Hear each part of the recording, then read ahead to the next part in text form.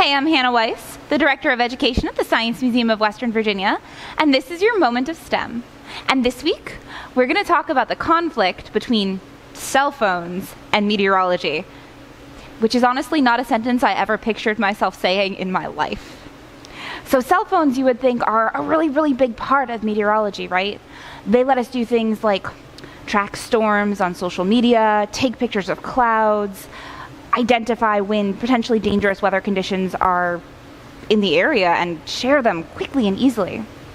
But very recently, they've come into conflict with meteorology, the scientists who study and predict and explore all about the weather, because of 5G service. So 5G is this amazing next generation of basically cell phone and internet connectivity.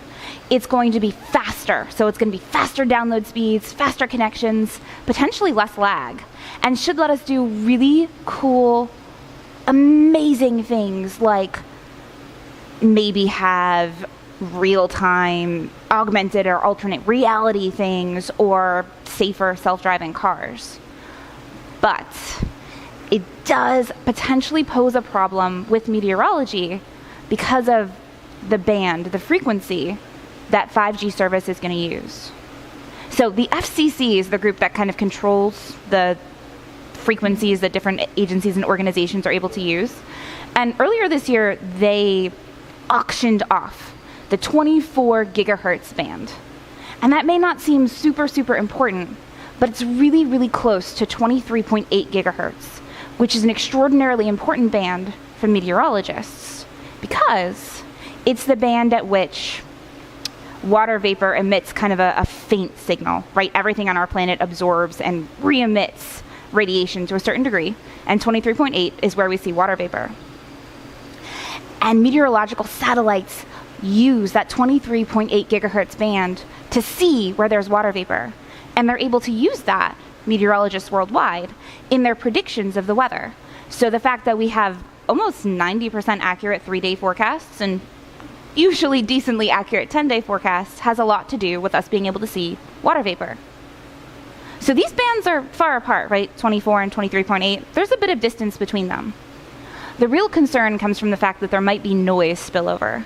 So if you imagine having neighbors that have a party, right? You may not normally hear them, but at that party, when they have the volume on their speakers turned way up, all of a sudden you can hear them through the walls and maybe can't easily hear your TV show.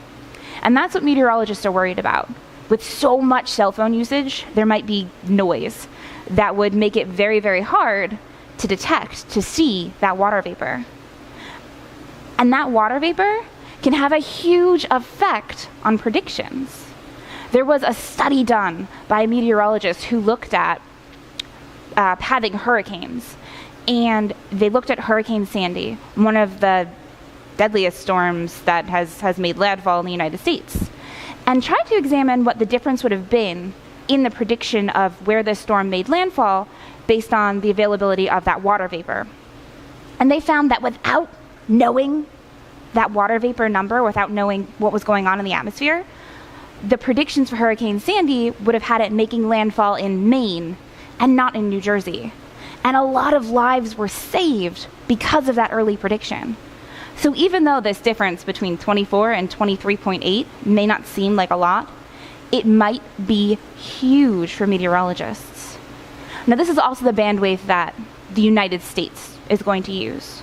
But so much cell phone usage comes from the United States that it could potentially affect meteorologists worldwide. NASA and NOAA are actually fairly worried about this. And if you'd like to explore any more about the ways that 5G might impact our weather predictions in the future, or even just learn a little more about what 5G is, you can check out the links below. Otherwise, I'm Hannah Weiss from the Science Museum of Western Virginia, and I can't believe how interconnected our world is.